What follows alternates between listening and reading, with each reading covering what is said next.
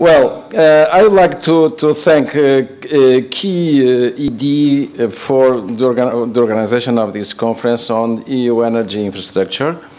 Of course, we are dealing with one of the most important issues with several fringe benefits. The key issue is, of course, a single energy European market, but the fringe benefits are much more, especially in the present times, especially with the depression and the situation where jobs and growth are strongly needed. And the second point is that we feel very well that we are going to be a kind of test for the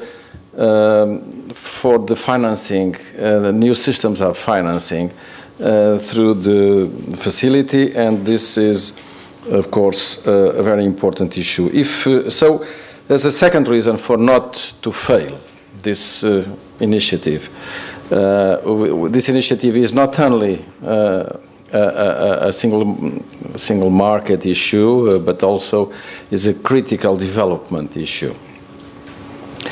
Well, I spare you from the prolegomena, and I just proposal. I just very shortly remember that the proposal defines 12 strategic priority corridors, sets rules to identify PCIs, establishes a single authority to oversee and speed up the permit granting process for PCIs, the famous one-stop shop, according to a defined process. Fourthly, establishes cost-benefit analysis for PCIs in electricity and gas, and allocates cross-border costs according to the cost-benefit analysis, grants incentives for higher-risk projects are allowed, and finally, it determines eligibility conditions for Union financial assistance through the Connecting Europe facility. Nevertheless, we have many obstacles to this present, to the capacity of Europe to develop this market. The first one is recession. The second one is positive externalities do not offer incentives for private investment. Of course, where market fails, where are market failures, we need to have a special regulatory mechanism. The national tariff setting in all countries is focused on price minimization, and the pressure group from states and from citizens is growing in order to avoid this the expected tariff increase for till 2030, the years 20 and 30. We are told that only later this date the tariffs will decrease in relative terms, of course. We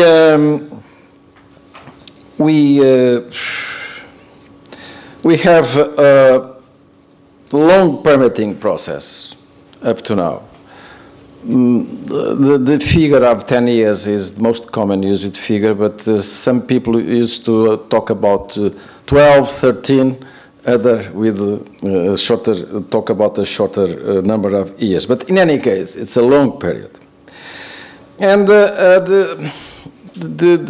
this market doesn't exist yet, really, and it's because it is has a strong national focus. There's no way to avoid this. We need to recognize that those are the difficulties. We agree in general with this proposal from the European Commission. We agree on the key importance of an European energy market, on removing obstacles, on leveraging private investment, and on promoting growth and jobs. The general sense of changes that we try to introduce in our amendments are on the direction of strengthening the European perspective in network development. We feel that this proposal is an European one, but needs more European characteristics.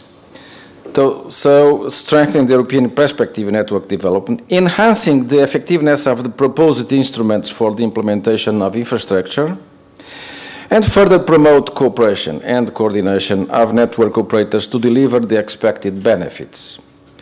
We are in the infancy of the art, really, in the networks management.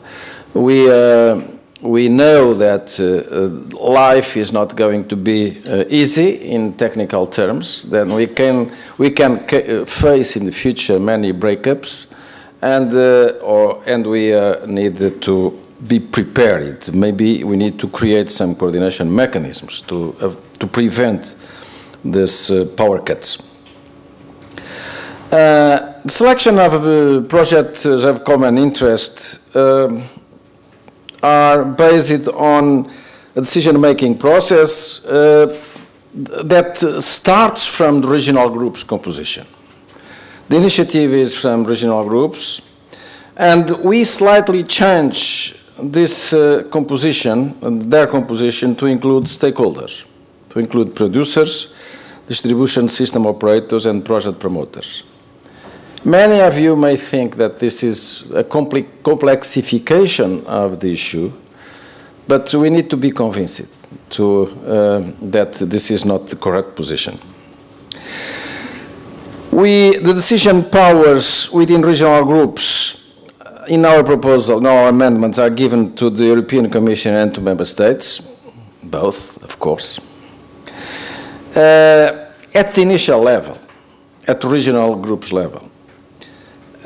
We are in favor of the reinforcement of the ACER role, because it strengthens objectivity in project selection and economic efficiency of investments. And their existence is the way how we can balance a bottom-up approach. That means projects generated by regional groups with top-down perspective in network development. We need to have some kind of joint approach. We may be in disagreement with the Council when we propose that the final decision on project list should be done by European Commission. The time period of PCI selection was clarified and set from the entry into force of this regulation, not from a fixed date next year, but on the entry into force of the regulation. And we still feel this concern to balance the urgency to promote investment and growth and the need to ensure transparency in decision-making. So 3 years, we rearranged some of the delays and some of the segments of time, as you may notice, but we try to keep the same length.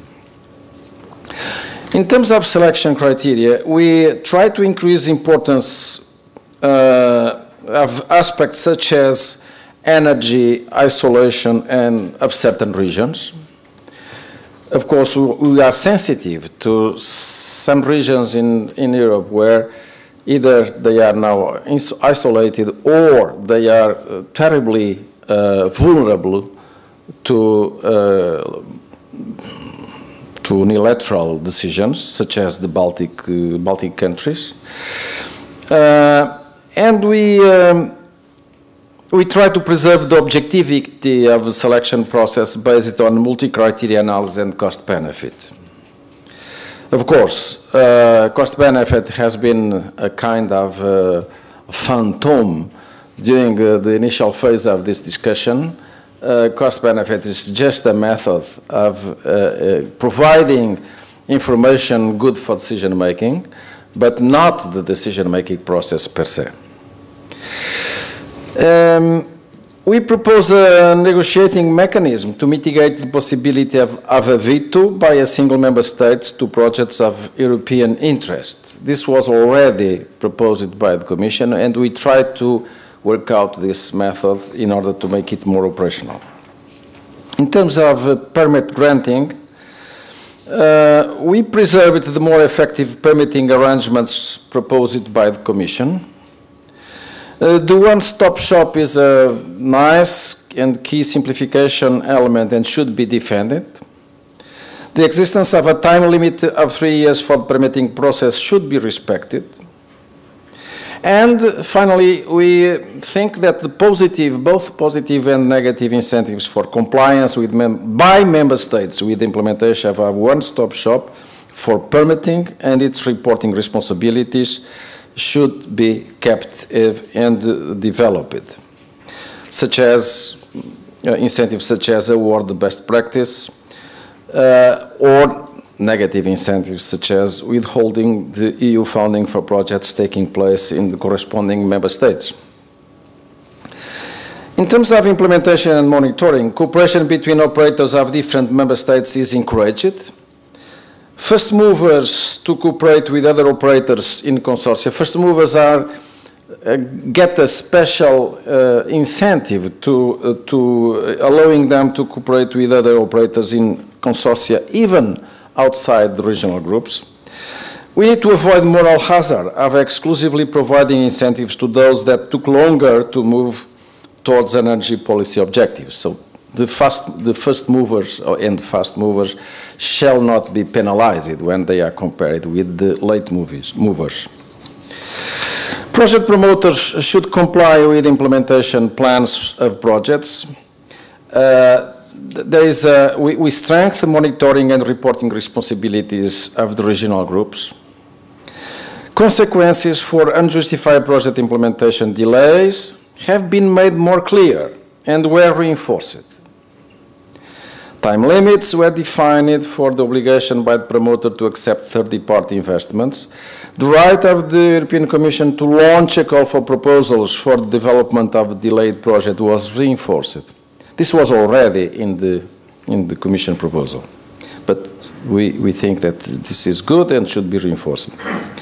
And a nouveauté is this operation system coordination to ensure the security of the network in face of a growing complexity of the energy network, to allow availability of useful data for the efficient use of networks and its future planning.